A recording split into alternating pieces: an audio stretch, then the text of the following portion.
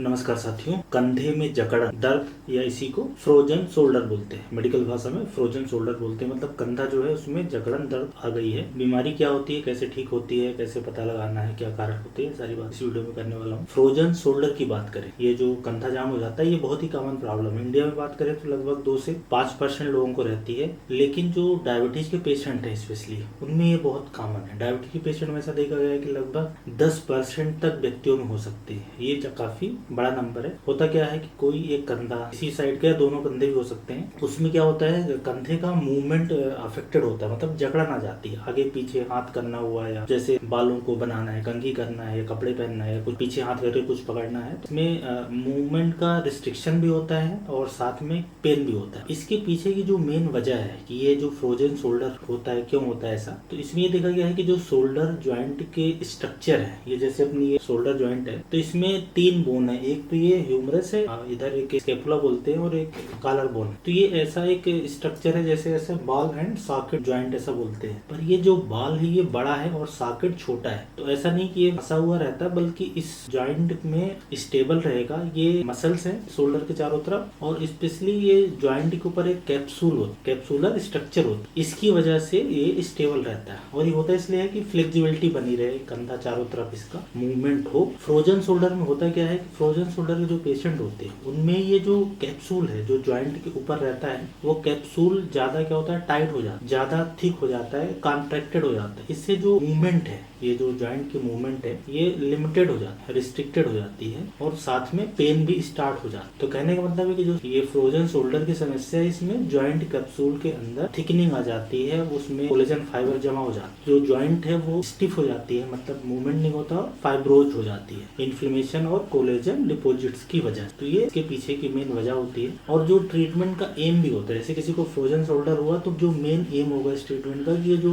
Movement है जो रुक गई है इसको बढ़ाया जाए। तो ज्यादातर बार इसलिए जो एक्सरसाइज है, फिजियोथेरेपी है, स्ट्रेचिंग एक्सरसाइज है, योगा है, इन सब से ही ज्यादातर लोगों में ठीक हो जाता है। अच्छा, ये बहुत ही फ्रस्ट्रेटिंग बीमारी है, थोड़ा लंबे समय तक चलती है, 1 साल 1.5 साल 2 साल तक भी बिना ट्रीटमेंट के चल सकती है। ट्रीटमेंट के साथ भी 6 महीने 8 महीने तो चलते ही चलती है। अब बात आती है कि होता क्यों, तो एग्जैक्ट कारण नहीं पता, एक कारण नहीं, इसमें रिस्क फैक्टर है, मतलब मल्टीपल कारण हो सकते हैं जिससे ये फ्रोजन शोल्डर होता है। ज्यादातर बार ये देखा गया है कि जैसे डायबिटीज के पेशेंट या थायराइड के पेशेंट है, अगर शुगर बढ़ी है, अनकंट्रोल है तो, या थायराइड कम हो या ज्यादा हो, इसके अलावा अगर शोल्डर को इमोबिलाइज किया गया, मतलब शोल्डर का यूज नहीं हुआ कुछ दिन के लिए, जैसे कि शोल्डर इंजरी में इसको एक जगह पे रोक दिया जाता है, या फ्रैक्चर हो, या शोल्डर में कोई सर्जरी हुई हो, या लकवा के पेशेंट होते हैं जिनको काफी दिन तक शोल्डर नहीं मूव कर सकते, या कुछ ऑटो इम्यून डिजीजेस हैं, ये सारे कारण होते हैं जिनकी वजह से ये फ्रोजन शोल्डर होता है। मतलब मल्टीपल समस्याओं में ये ऐसा हो सकता है, कोई एक कारण नहीं होता। इसलिए इम्पोर्टेंट ये होता है, इसकी डायग्नोसिस बहुत इंपॉर्टेंट होती है।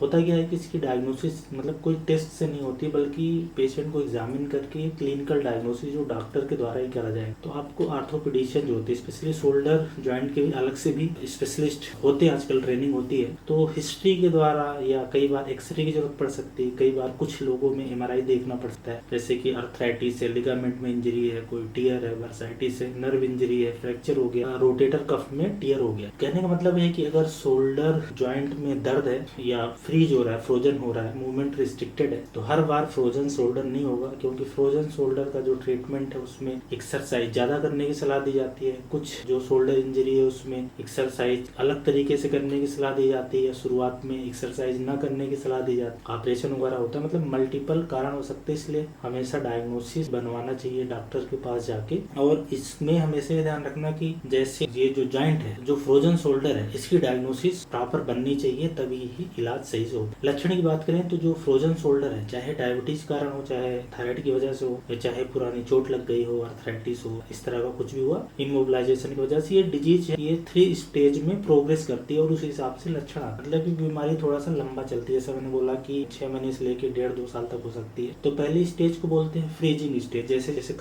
कंधा है, ये वाला शोल्डर, तो इसमें जो पहली स्टेज में क्या है, दर्द बहुत तेज होता है, लेकिन जो मूवमेंट होती है वो मूवमेंट फिर भी रहती है, लेकिन दर्द बहुत तेज होता है, और स्पेशली ये जो दर्द होता है नाइट में होता है। और ये दर्द जो है कई बार यहाँ मिड आर्म में होता है, यहाँ पे क्या शोल्डर थोड़ा नीचे भी होता है, कई बार ऐसा देखने को मिला है। तो इस बात का हमेशा ध्यान रखना रहता है। दूसरी स्टेज है उसको फ्रोजन स्टेज बोलते हैं। इसमें जो दर्द है थोड़ा सा कम हो जाता है, लेकिन स्टिफनेस बढ़ जाती है। तो पहले पेन मतलब पहले शोल्डर में तेज दर्द, उसके बाद मूवमेंट में रिस्ट्रिक्शन। तो ये सेकेंड स्टेज हो जाती है और इसमें इतना मूवमेंट रिस्ट्रिक्टेड हो जाएगा कि आपको ऐसे कंघी करना है, कपड़ा पहनना है, डे टू डे एक्टिविटीज में दिक्कत आती है। और पहली जो स्टेज है वो कोई 3-4 महीने चलेगी, जो सेकेंड स्टेज है वो भी 4 महीने से 6 महीने तक हो सकती है। जो फाइनल स्टेज होती है रिकवरी या फाइन स्टेज बोलते हैं, फेज बोलते हैं, इसमें जो दर्द और स्टिफनेस धीरे धीरे कम होने लगते हैं और कंडीशन इंप्रूव होने लगती है। अपने आप ही ज्यादातर मरीजों में इंप्रूव होने लगती है, नियर नॉर्मल हो जाती है। पर कुछ पेशेंट होंगे, लगभग 15-20% पेशेंट होंगे जिनमें अपने आप सुधार नहीं आएगा, कुछ दर्द या शोल्डर की जकड़न वो बची रहेगी, उसके लिए फिर इंजेक्शन या सर्जिकल इंटरवेंशन की भी जरूरत पड़ सकती है। तो कहने का मतलब है कि ये कंडीशन ऐसी है जो अपने आप भी ठीक हो सकती है, लेकिन बहुत समय लगती है, 1.5-2 साल, कई बार 3 साल, और दर्द रहेगा तो आपको इलाज करवाना ही पड़ता है। इस बात का ध्यान रखना। और ट्रीटमेंट क्या करना रहता है, ट्रीटमेंट डिपेंड करता है एक तो कि कोई एसोसिएटेड कंडीशन है क्या, जैसे कि डायबिटीज है तो प्रॉपर पहले शुगर कंट्रोल होगा, थायराइड है तो थायराइड की दवाइयाँ लेनी है। इसके अलावा जो मेन इसमें ट्रीटमेंट है कि दर्द की दवाइयाँ और सूजन की दवा, क्योंकि दर्द रहता है और सूजन रहता है, और एक्सरसाइज करोगे तो पेन हो सकता है और ज्यादा हो, तो इसलिए पेन और इन्फ्लेमेशन की दवा, साथ में फिजियोथेरेपी। फिजियोथेरेपी के लिए अलग अलग तरह की मूवमेंट होती है, उसको आप जाके समझ सकते हैं फिजियोथेरेपी से। शोल्डर ज्वाइंट की अलग अलग तरह की एक्सरसाइज है। एक्सरसाइज का एम सिर्फ ये है कि जो रेंज ऑफ मोशन है वो बढ़ाया जा सकते हैं, ऊपर है, नीचे है, साइड में, आगे पीछे झुक के करना, मतलब डिफरेंट तरह की रोटेशनल मूवमेंट है, ये सब करना है। और आपको दर्द की दवाइयाँ लेना है। ज्यादातर पेशेंट में 4-6 महीने में फायदा हो जाता है। कुछ पेशेंट को स्टेरॉइड के इंजेक्शन देने पड़ते हैं। अगर इंदर ये जो मैं कैप्सूल की बात कर रहा था, जो ज्वाइंट का कैप्सूल अगर बहुत स्टिफ हो गया, बहुत फाइब्रोज हो गया है, इन्फ्लेमेशन है, तो स्टेरॉइड के इंजेक्शन लेने से फायदा हो जाता है। 2-3 बार 4 बार इंजेक्शन देने पड़ता है। कुछ पेशेंट में लगभग 2 से 5% केस ऐसे रहेंगे जिनमें इन सबसे भी फायदा नहीं होगा, तो कुछ सर्जिकल इंटरवेंशन की जरूरत पड़ेगी। मतलब जो ज्वाइंट है उसको या तो डायलेट किया जाए, थोड़ा जो रिलीज किया जाए, जो प्रेशर है ज्वाइंट कैप्सूल का, या आर्थोस्कोपिकली ये ज्वाइंट को रिलीज कर दिया जाए, अंदर के स्ट्रक्चर को जैसे है उसको रिपेयर किया जाए। कुछ केसेस में रिपेयर की भी जरूरत पड़ सकती है, तो ऐसा कम केस में होता है। ज्यादातर बार दर्द की दवाइयाँ, सूजन कम करने की दवाइयाँ, कुछ बार हो सकता है स्टेरॉइड का इंजेक्शन, मुंह से भी दिखाने की दवाइयाँ, ज्यादातर लोगों में ठीक हो जाता है। सबसे जो जरूरी है कि इसमें स्ट्रेचिंग है, योगा है, एक्सरसाइज है, फिजियोथेरेपी के भी कई तरह के ट्रीटमेंट ऑप्शन होते हैं। तो फ्रोजन शोल्डर एक बहुत ही फ्रस्ट्रेटिंग बीमारी, जिसमें दर्द होना और अपना काम न कर पाना, और काफी कॉमन भी है, ऐसा कोई रेयर भी नहीं है। पर अगर उसकी जानकारी रहेगी तो हम उससे देख सकते हैं, उसका सोल्यूशन ढूंढ सकते हैं और उससे बच भी सकते हैं। ज्यादातर केस में जैसा मैंने बोला कि अगर हाथ पाँव चलता रहेगा, आप नॉर्मल जो काम रहता है घर का करते रहोगे, कुछ खेलते रहोगे, स्ट्रेचिंग, योगा, एक्सरसाइज करते रहोगे, तो इसमें बचाव भी होगा, मतलब होने के चांसेस कम ही रहते हैं। बहरहाल डायबिटीज और थायराइड हो तो उसका इलाज जरूर करवाएं, कंट्रोल में रखें।